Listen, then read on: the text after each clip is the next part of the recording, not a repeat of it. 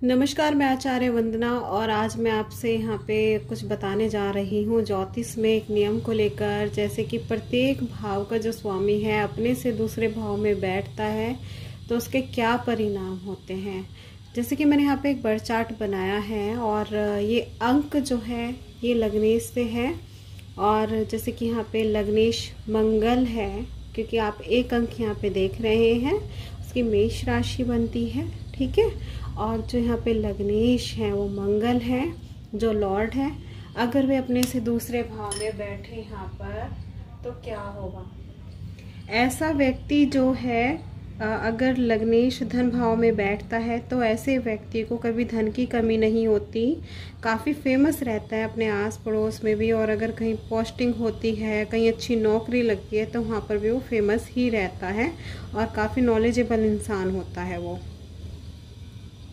दूसरे भाव का स्वामी, जैसे कि अब यहाँ देख रहे हैं आप, ये टॉरस बनती है यानी कि वृषभ राशि बनती है। इसका स्वामी शुक्र है। अगर शुक्र यहाँ पे विराजमान हो जाता है तो ऐसी स्थिति में जो शुक्र होता है उसकी वाणी को काफ़ी कंट्रोल करते हुए इतना सॉफ्ट बना देता है कि हर किसी से उसको बात करना बहुत आसान हो जाता है। और आपको पता है शब्दों का ही हेर फेर है।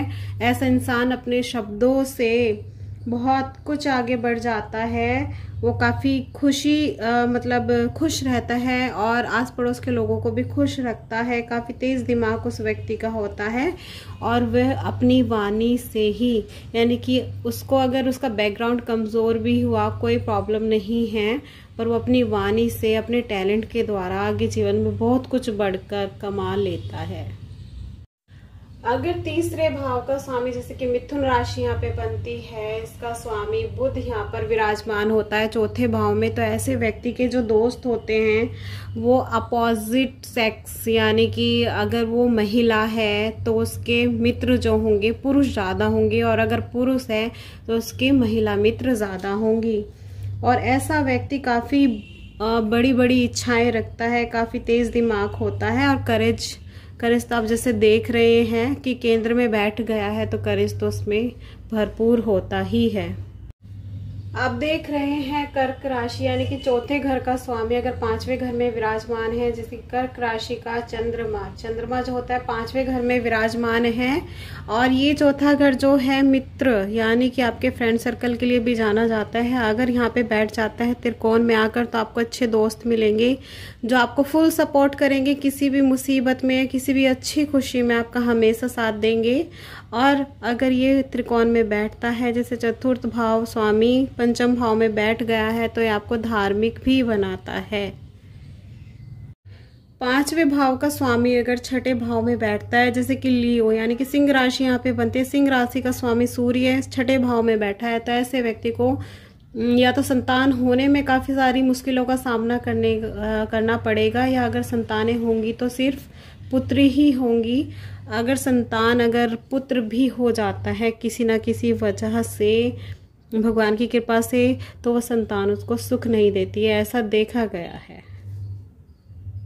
छठे भाव का स्वामी वर्गो, यानी कि कन्या राशि का स्वामी बुध होता है। बुध अगर छठे भाव का स्वामी सप्तम भाव में अगर बैठ जाता है तो ऐसे में जो व्यक्ति होता है, जिसकी कुंडली होती है, उसको जीवन साथी जो होता है उसके हेल्थ इश्यूज बहुत ज़्यादा होते हैं, या फिर किसी तरह से जैसे जीवन साथी से सुख होता है, जो सपोर्ट होता है वो उसको नहीं मिल पाता।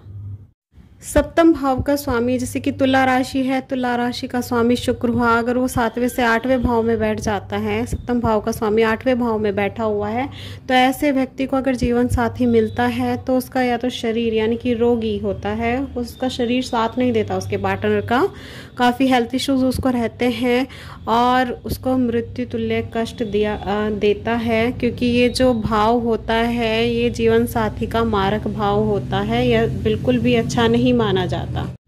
अष्टम भाव का स्वामी, जैसे वृश्चिक राशि आप देख रहे हैं, वृश्चिक राशि का जो मंगल है इसका लॉर्ड बनता है। 8वें भाव का स्वामी अगर नवम भाव में बैठता है तो ऐसे व्यक्ति को भाग्यहीन बना देता है। हर एक कार्य में रुकावट आएंगी, जैसे वो कुछ भी हो, चाहे एजुकेशन हो या आपका करियर फील्ड हो या फिर संतान प्राप्ति हो या फिर शादी हो, कुछ भी हो, हर एक कार्य में रुकावट आएगी ही आएगी। यहाँ पर मैं आपको एक छोटी सी बात बताना चाहूँगी। अगर ये मेष लगन की कुंडली होती या कर्क लगन की कुंडली होती तो यहाँ पे ये नियम लागू नहीं होता। ऐसे में अगर ये मेष लगन कर्क लगन की कुंडली है और अष्टम भाव में बृहस्पति बैठा है तो वो राजयोग लगा देता है।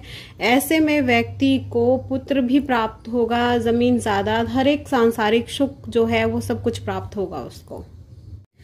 नवम भाव का स्वामी अगर 10वें भाव में है या 10वें भाव का स्वामी अगर यहाँ पे नवम भाव में है तो ये धर्म कर्माधिपति योग बन जाते हैं। ऐसे में व्यक्ति काफी जो होता है धार्मिक होता है और भाग्य का बहुत तेज होता है, पर उसके जीवन में शुरुआत में बहुत ज़्यादा स्ट्रगल रहता है, पर वो बहुत ही कामयाब होता है। एज जैसे बढ़ती बढ़ती चली जाती है तो कामयाब होता चला जाता है। अगर कर्मेश लाभेश भाव में यानी कि 10वें भाव का स्वामी 11वें भाव में बैठा है तो ऐसा व्यक्ति जीवन में अपने दम पर बहुत कुछ कमाता है और जो उसे सुख, सांसारिक सुख सुविधा उसे मिलनी चाहिए, वो जो चाहता है वो धीरे धीरे जैसे ही मैच्योर होता चला जाता है उसको वो सब चीज़ें मिल जाती है। क्योंकि यहाँ पे जो मैं दिखा रही हूँ आपको तो वो शनि है और शनि मैच्योरिटी, पर यहाँ पे आपकी कुंडली में कोई भी ग्रह हो सकता है, उसके अकॉर्डिंग भी उसको जज किया जाता है कि हाँ ये चीज़ें होंगी। पर ये यहाँ पे पक्का है कि ये जो प्लैनेट है 10वें भाव का जो प्लैनेट है लॉर्ड है वो अगर 11वें भाव में यानी कि 11th हाउस में बैठ जाता है तो आपको लाभ देगा ही देगा, पर अपने दम पे देगा।